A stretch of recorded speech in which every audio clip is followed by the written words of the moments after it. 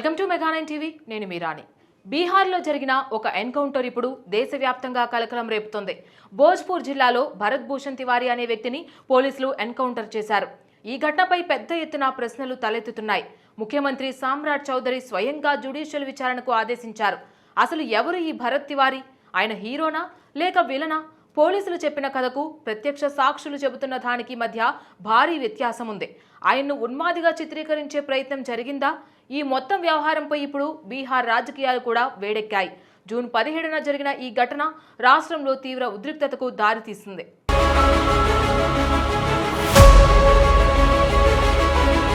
భరత్ తివారీ గురించి భోజ్పూర్ జిల్లాలోని బిలౌటీ గ్రామ ప్రజలను అడిగితే వారు చెప్పే కథ ఒక రియల్ లైఫ్ హీరోను తలపిస్తుంది. స్థానికులు అలాగే అతని కుటుంబ సభ్యుల కథనం ప్రకారం భరత్ ఒక పోరాట యోధుడు, సామాజిక కార్యకర్త, నిరుపేదలకు ఎప్పుడూ అండగా నిలుస్తాడు. ముఖ్యంగా ఎస్సీ, ఎస్టీ, ఓబీసీ నిరుపేద వర్గాలకు ఏ కష్టం వచ్చినా తనే ముందుండి పోరాడేవాడు. భూ నిర్వాసితుల పక్షానే నిలిచేవాడు. అభివృద్ధి పేరుతో భూములు కోల్పోయిన నిర్వాసితుల పక్షాన నిలబడి ప్రభుత్వ అధికారులను నిలదీసేవాడు.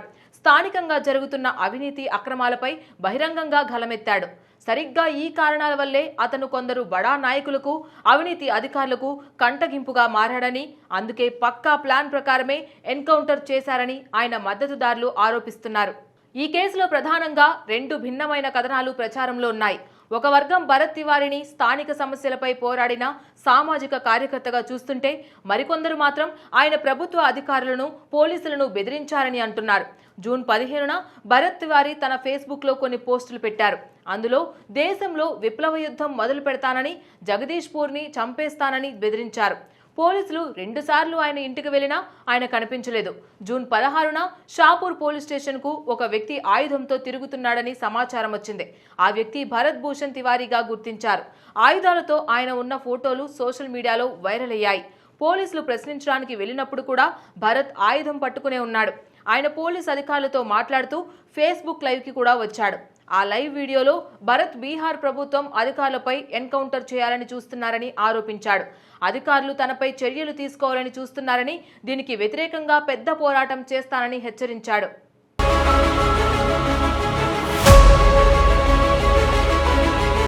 ఈ వీడియోలు, పోస్టులు వైరల్ అవగానే భోజ్పూర్ పోలీసులు జూన్ 16న భరత్ మానసిక స్థితి సరిగా లేదని, చికిత్స కోసం పంపుతున్నామని ప్రకటించారు. అతని వద్ద ఉన్న ఆయుధాన్ని స్వాధీనం చేసుకోవడానికి ప్రయత్నిస్తున్నామని కూడా చెప్పారు. జూన్ 17 ఉదయం భరత్ మళ్లీ ఫేస్బుక్ లైవ్కి వచ్చాడు. పోలీసులు తనను మానసిక రోగిగా చిత్రీకరించాలని చూస్తున్నారని, తనను తీసుకువెళ్లాలని చూస్తున్నారని ఆరోపించాడు. తనను భగత్ సింగ్తో పోల్చుకుంటూ పోలీసులను బహిరంగంగా బెదిరించాడు. లైవ్ సెషన్లలోనే తన ఇంటి బయట ఉన్న పోలీస్ అధికారులపై కాల్పులు జరిపాడు. వారిని చంపేస్తానని పదే పదే చెప్పాడు. ఒక పోస్టులో తాను కాల్పులు జరపగానే పోలీసులు పారిపోయారని కూడా పేర్కొన్నాడు. జూన్ 17న ఉదయం 9 గంటల ప్రాంతంలో భరత్ బహిరంగ ప్రదేశంలో మరోసారి లైవ్ ఇచ్చాడు. దాదాపు 15 నిమిషాల ఈ వీడియోలో అతను పోలీసులపై తుపాకీ గురిపెట్టి వెళ్లిపోవాలని పదే పదే హెచ్చరించాడు. పోలీసులు లొంగిపోవాలని అపీల్ చేసినప్పుడు యుద్ధం జరుగుతుందని, తానైనా పోలీసులైనా ఒకరు మాత్రమే బతుకుతారని భరత్ బదులిచ్చాడు. ఈ వీడియోలో ఒక తుపాకీ కాల్పుల శబ్దం కూడా వినిపించింది.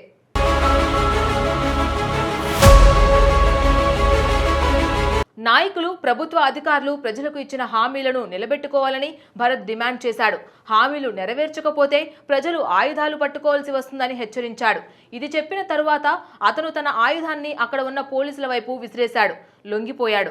అయితే భోజ్పూర్ పోలీసులు చెప్పిన దాని ప్రకారం భరత్ లొంగిపోవాలని పదే పదే అభ్యర్థించినా కాల్పులు కొనసాగించాడు. పోలీసులు అతని దగ్గరకు వెళ్లినప్పుడు అతను నేరుగా అధికారులపై కాల్పులు జరిపాడని పోలీసులు చెప్పారు. దీనికి ప్రతిస్పందనగా పోలీసులు ఆత్మరక్షణ కోసం కాల్పులు జరిపారు. అతని కాలుకి బుల్లెట్ తగిలింది. తరువాత అతను పాట్నాలోని PMCHలో చికిత్స పొందుతూ మరణించాడు. అయితే మీడియా కథనాల్లోని ప్రత్యక్ష సాక్షులు మాత్రం భిన్నమైన వర్షన్ చెప్పారు. ఒక సాక్షి ప్రకారం భరత్ ఆయుధాన్ని విసిరేసిన తరువాతే పోలీసులు అతన్ని పట్టుకున్నారు. పోలీసులు అతన్ని కొంత దూరం తీసుకువెళ్లి కాల్చారని సాక్షి చెప్పాడు. భరత్ అనేక సార్లు కాల్చబడ్డాడని కూడా ఆ సాక్షి తెలిపారని సమాచారం. ఈ భిన్నమైన కథనాలే ప్రస్తుత వివాదానికి ప్రధాన కారణమయ్యాయి. భరత్ మరణం తరువాత జూన్ 18న గ్రామస్తులు పెద్ద ఎత్తున నిరసనలు తెలిపారు. అతని మృతదేహాన్ని హైవేపై ఉంచి NH-922ను దిగ్బంధించారు. ఈ నిరసన హింసాత్మకంగా మారడంతో పోలీసులు లాఠీచార్జ్ చేసి జనసమూహాన్ని చెదరగొట్టారు. మీడియా నివేదికల ప్రకారం ఈ ఘటనకు సంబంధించి 2 ఎఫ్ఐఆర్లు నమోదయ్యాయి. ఒక ఎఫ్ఐఆర్లో భరత్ తండ్రి కాశీనాథ్ తివారీ, సోదరుడు చందన్ తివారీపై ఆయుధాలు కలిగి ఉండడం, ప్రభుత్వ విధులను అడ్డుకోవడం వంటి ఆరోపణలతో కేసులు నమోదయ్యాయి. మరొక ఎఫ్ఐఆర్ రోడ్డు దిగ్బంధనం, నిరసన సందర్భంగా జరిగిన హింసకు సంబంధించి 14 మందిపై 50 మందికి పైగా గుర్తించిన వ్యక్తులపై నమోదైంది. ఈలోగా భరత్ తల్లి సుమన్ దేవి ఎన్కౌంటర్లో పాల్గొన్న పోలీస్ సిబ్బందిపై హత్య కేసు నమోదు చేయాలని డిమాండ్ చేసింది. తన కొడుకు ఆయుధాన్ని విసిరేసి లొంగిపోయాడని ఆమె గట్టిగా చెబుతోంది. ఈ ఎన్కౌంటర్ బీహార్లో రాజకీయ రంగు పులుముకుంది. Shavur police station incharge Rajesh Kumar మలాకర్తో సహా పలువురు పోలీస్ సిబ్బందిని సస్పెండ్ చేశారు.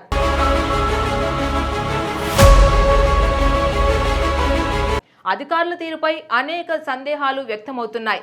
ఆర్జేడీ నాయకుడు తేజస్వి యాదవ్ ఈ ఘటనను నకిలీ ఎన్కౌంటర్ గా అభివర్ణించారు. అధికార కూటమి నాయకులు కూడా దీనిపై విచారణ కోరారు. జేడీయూ నాయకుడు సంజయ్ ఝా ఉన్నత స్థాయి విచారణకు పిలుపునిచ్చారు. పెరుగుతున్న ఒత్తిడి నేపథ్యంలో ముఖ్యమంత్రి సమ్రాట్ చౌదరి జూన్ 20న ఈ ఘటనపై హైకోర్టు విశ్రాంత న్యాయమూర్తి నేతృత్వంలో జ్యుడిషియల్ విచారణకు ఆదేశించారు. ఈ కేసులోని అన్ని కోణాలను నిష్పక్షపాతంగా, పారదర్శకంగా దర్యాప్తు చేయడమే ఈ విచారణ లక్ష్యమని ఆయన స్పష్టం చేశారు. ఈ ఘటన బీహార్ను తీవ్రంగా కలవరపెట్టింది. భరత్ తివారీ సామాజిక కార్యకర్తనా, నేరస్తుడా లేక పోలీసులు చట్ట ప్రకారం వ్యవహరించారా అనేది ఇప్పుడు జ్యుడిషియల్ విచారణతోనే తేలాలి.